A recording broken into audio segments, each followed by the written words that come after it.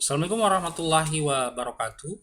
Pada kesempatan kali ini kita akan membahas tentang dua uji, ya. Salah pertama itu adalah uji normalitas. Nah, uji normalitas ini merupakan salah satu uji yang digunakan ketika seorang peneliti itu telah memperoleh suatu data dari hasil penelitiannya. Jadi di uji sebelumnya atau di video sebelumnya, yaitu uji validitas dan reliabilitas tes, itu adalah uji yang dilakukan sebelum peneliti melakukan penelitian, di mana dia harus melihat bagaimana apakah tesnya itu sudah cocok untuk dijadikan sebagai instrumen penelitian atau tidak.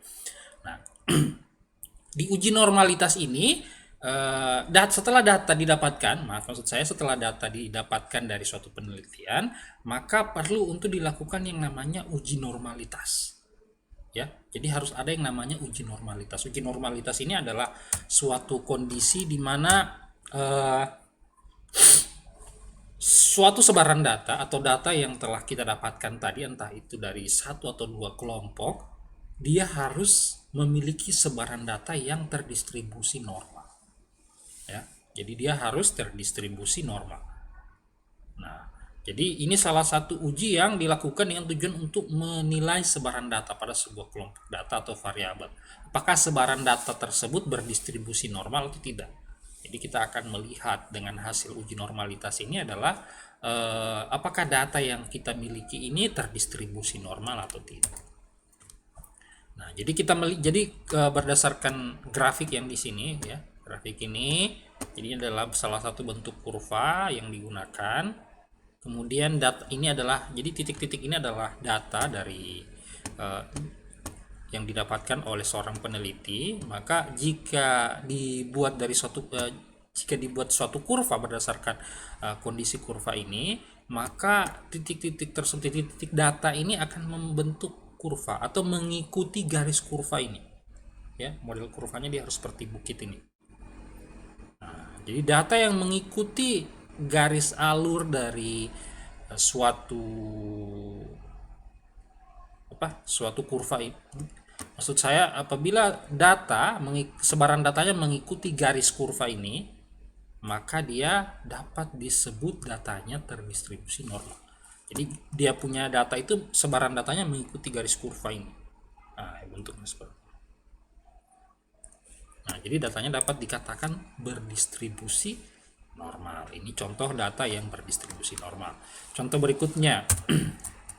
Nah, ini adalah data yang tidak berdistribusi normal. Jadi dia tidak mengikuti kurva yang ada. Ya. Nah, jadi kalau ibarat motor, ya, seorang pengendara motor, jadi data yang tidak terdistribusi normal ini dia tidak suka mengikuti jalan yang telah disediakan. Nah, ini. Nah, sementara data yang tidak terdistribusi normal ini dia lebih condong untuk membuat jalan baru, ya. Nah, jadi dia tidak suka untuk, jadi kalau data yang terdistribusi normal dia lebih condong untuk mengikuti alur kurva atau garis-garis kurva ini.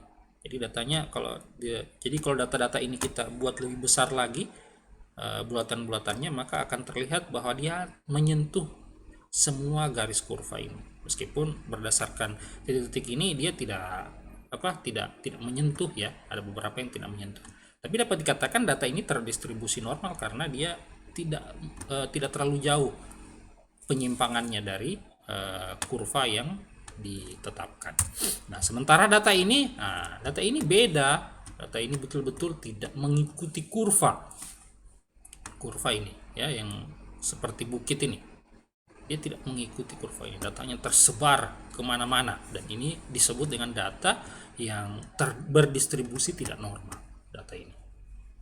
Nah, jadi ini kondisi untuk melihat apakah data tersebut terdistribusi normal atau tidak. Jadi data yang normal dia akan mengikuti alur kurva, layaknya bagaimana seorang pengendara mengikuti alur jalan raya. Sementara data yang tidak terdistribusi normal cenderung suka untuk membuat jalan baru yang lebih dia sukai secara insting.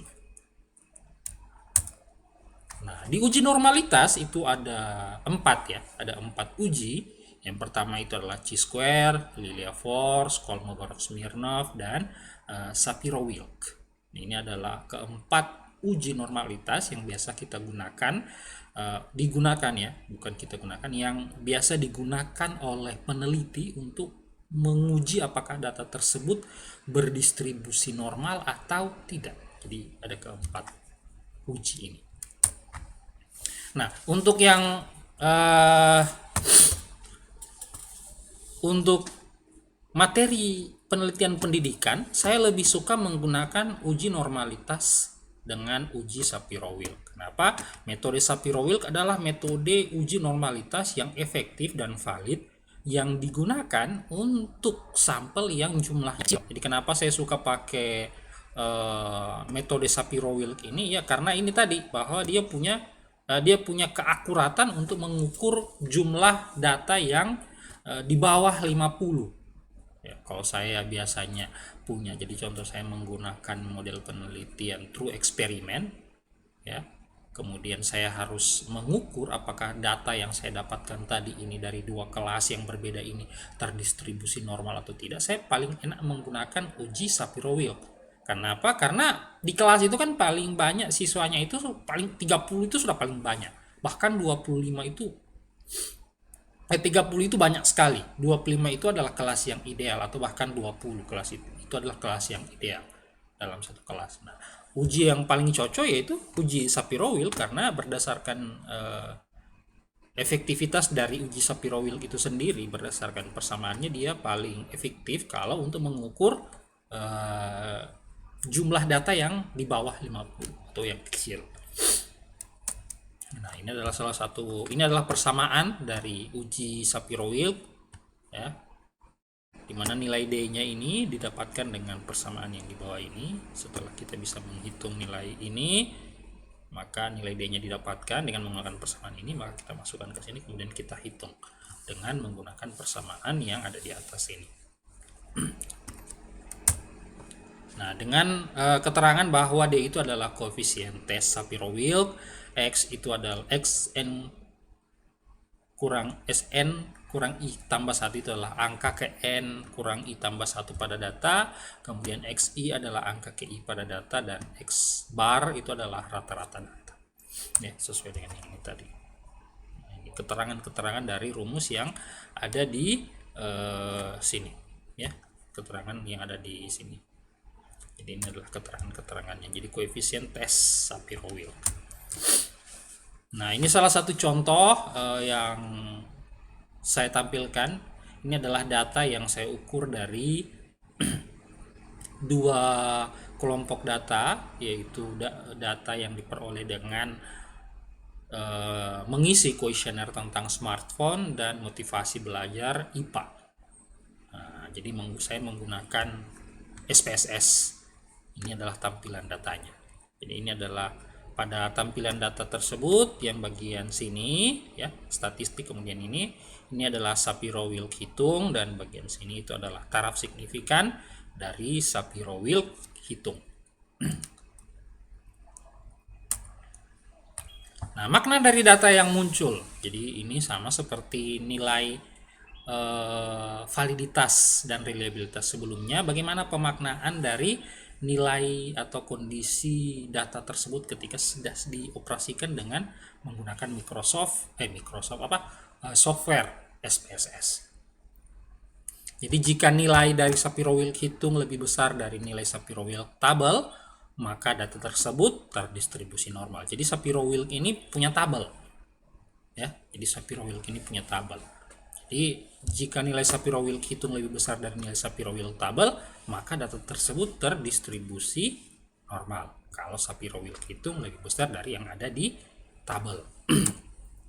Jadi yang ini ya, ini harus jadi kalau mau datanya terbaca terdistribusi normal, maka data ini harus lebih besar daripada yang ada di tabel. Jadi berdasarkan hasil olah datanya di SPSS, dia harus lebih besar ini.